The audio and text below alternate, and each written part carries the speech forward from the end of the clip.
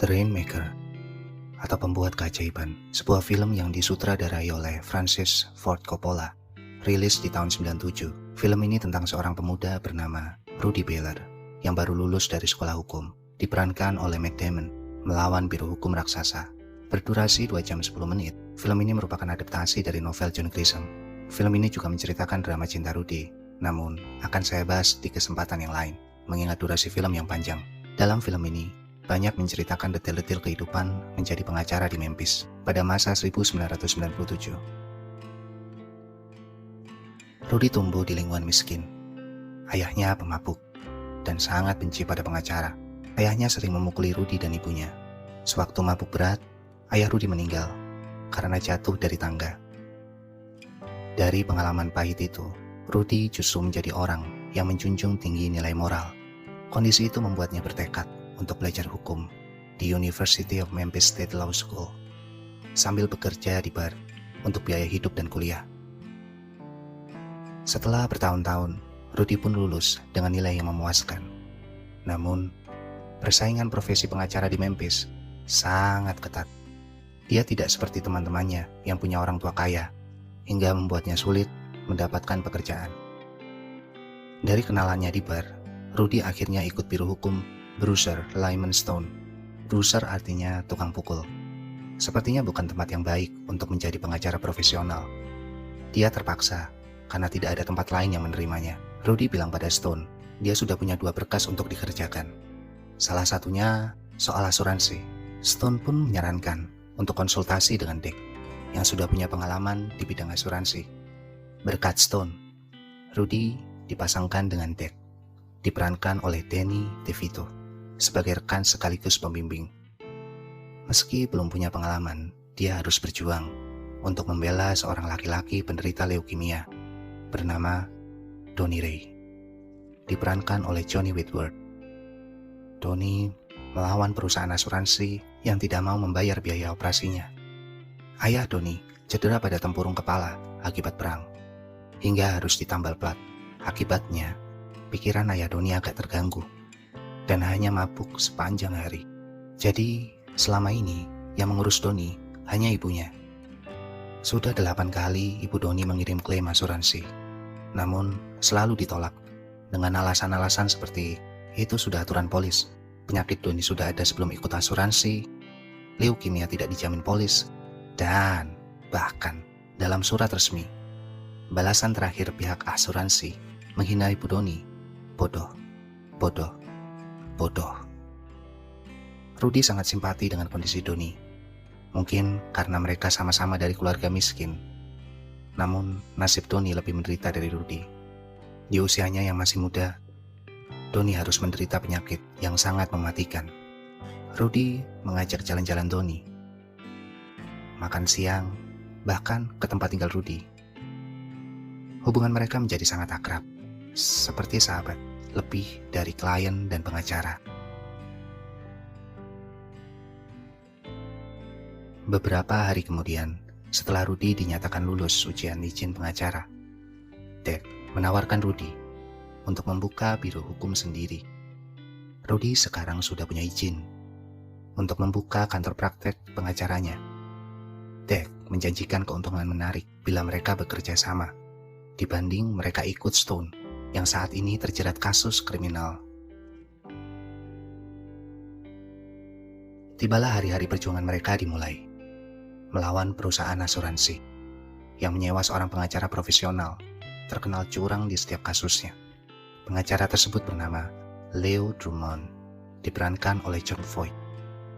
Tidak hanya melawan pengacara kelas elit, pengadilan pun dipimpin oleh Hakim Harvey Hale yang memihak pada tim Leo karena kedekatan mereka di lobi-lobi tembakau. Namun tim Leo terlalu meremehkan Rudy. Leo bahkan dengan sombong membela Rudy sewaktu Hakim Hale marah-marah. Leo merasa Rudy tak punya pengalaman, jadi dapat dengan mudah dihasut, dikalahkan, juga dipengaruhi untuk mundur. Dalam persidangan, keluarga Donnie menuntut perusahaan asuransi sebesar $10 juta. Cobaan berlanjut. Leo menawarkan damai dengan membayar keluarga Donnie $75.000 untuk mencabut gugatan. Rudy mulai goyah. bagiannya sebesar $25.000 dirasa Dick sudah cukup untuk kantor kecil mereka. Rudy menyampaikan tawaran Leo pada keluarga Donnie. Donnie pun bertanya pendapat Rudy. Ya, bagaimanapun juga, terdapat bagian Rudy, bayaran sebagai pengacaranya. Namun dengan tegas Rudy menolak. Rudy lebih ingin perusahaan asuransi tersebut menanggung akibat perlakuan mereka kepada Donnie. Malamnya, Dick punya berita baik. Hakim Hale meninggal akibat serangan jantung yang digantikan oleh Hakim Tyrone Kibler. Kemungkinan besar akan bersimpati pada perjuangan mereka.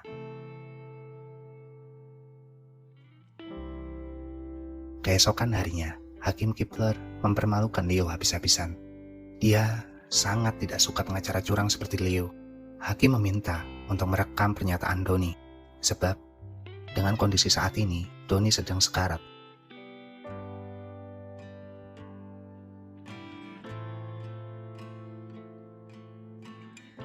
Esok harinya, di mana Donnie dimintai pernyataan, Hakim Kibler dan tim Leo turut hadir di rumah Donnie yang kumuh.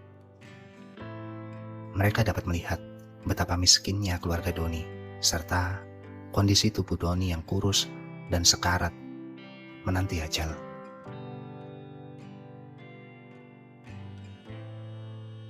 Beberapa hari kemudian, tiba giliran Donnie ke kantor asuransi di luar kota untuk meminta pernyataan.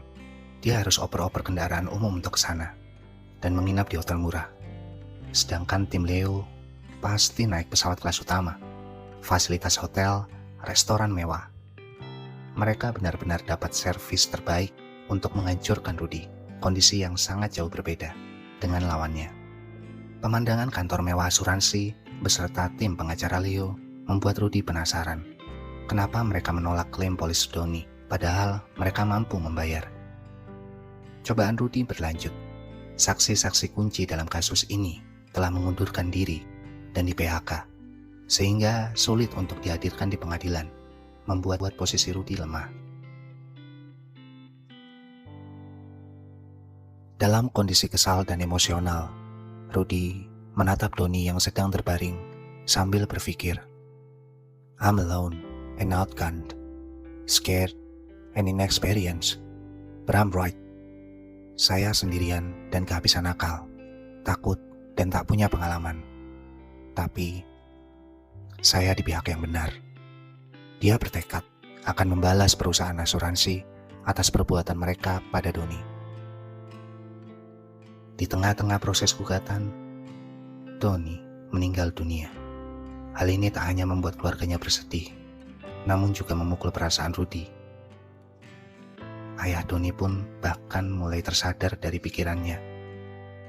Rudy kehilangan sahabat, sekaligus orang yang sedang diperjuangkannya. Donnie mungkin masih bisa hidup kalau asuransi membayar operasi dan perawatannya.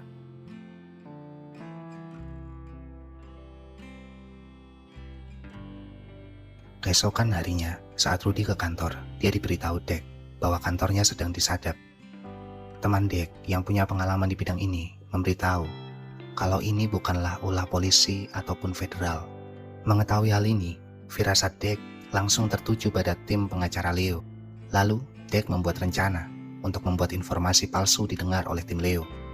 Dan benar saja, informasi bocor ke tim Leo. Daripada melaporkan kecurangan pada Hakim Kibler, Rudy punya rencana lain. Dia ingin menyingkirkan salah satu juri di pengadilan dan mempermalukan Leo. Sekedar informasi, jadi di pengadilan Memphis atau Amerika umumnya, yang membuat keputusan adalah dewan juri. Juri-juri ini dipilih dari masyarakat umum. Keesokan harinya, di ruang sidang, Leo kembali dipermalukan di depan hakim atas kecurangannya sendiri.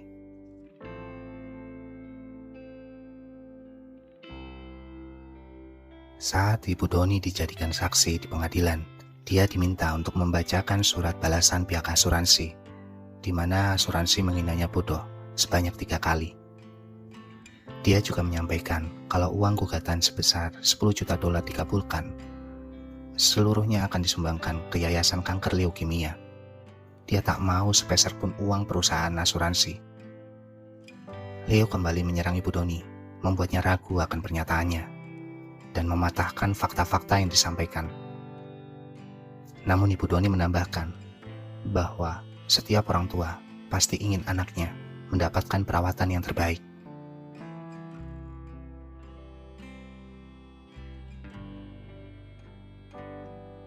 Malamnya, Rudy dibantu Dek bertemu James Lemanshik, pegawai asuransi yang sudah dipecat. Namun perusahaan berbohong dengan menyatakan dia mengundurkan diri. James bercerita bahwa atasannya memerintahkan untuk menolak semua klaim, termasuk punya Doni. Tak hanya itu, James juga memberikan Rudy bukti aturan perusahaan soal penolakan terhadap semua klaim. James melanjutkan cara kerja penipuan pihak asuransi dari awal proses penawaran dengan sasaran masyarakat miskin hingga penolakan terhadap semua klaim yang diajukan.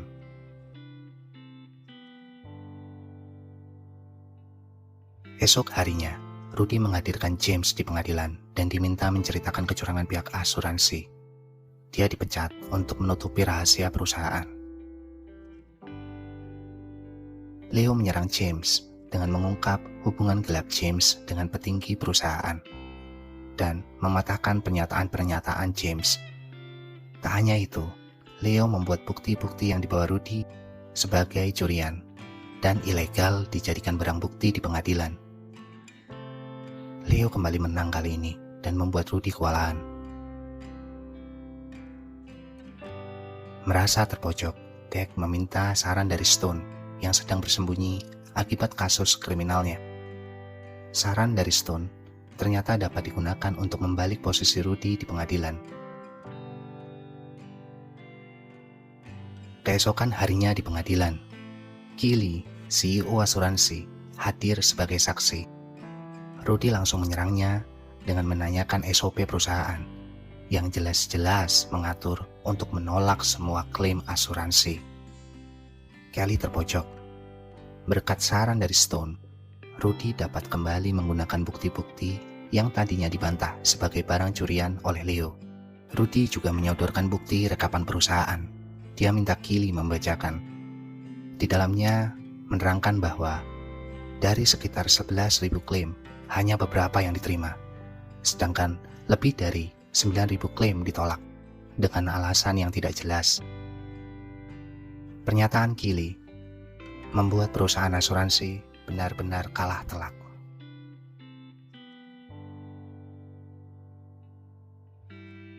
Sebelum para juri membuat keputusan, Rudy memperlihatkan pernyataan Doni sebelum dia meninggal.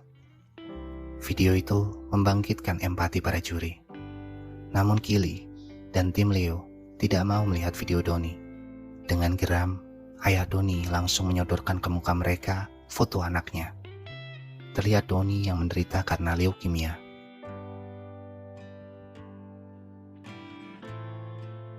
Kemudian Rudy menyampaikan pidato tentang kecurangan pihak asuransi terhadap harapan keluarga Doni.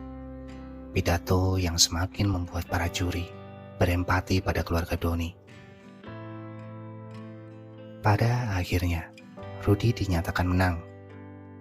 Pihak asuransi diwajibkan membayar ganti rugi sebesar $50 juta ditambah $150.000.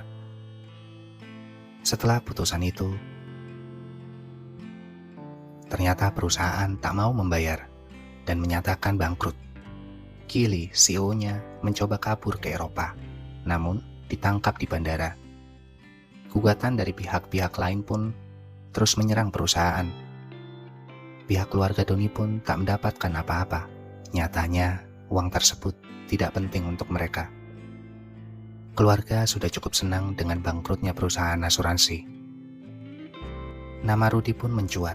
Statusnya sebagai pengacara muda berhasil mengalahkan seorang pengacara profesional dan terkenal, serta mengungkap penipuan asuransi yang sudah membuat banyak korban dari keluarga-keluarga miskin. Pada video selanjutnya, saya akan membahas drama percintaan Rudy Baylor dengan istri orang. Sekian dan terima kasih.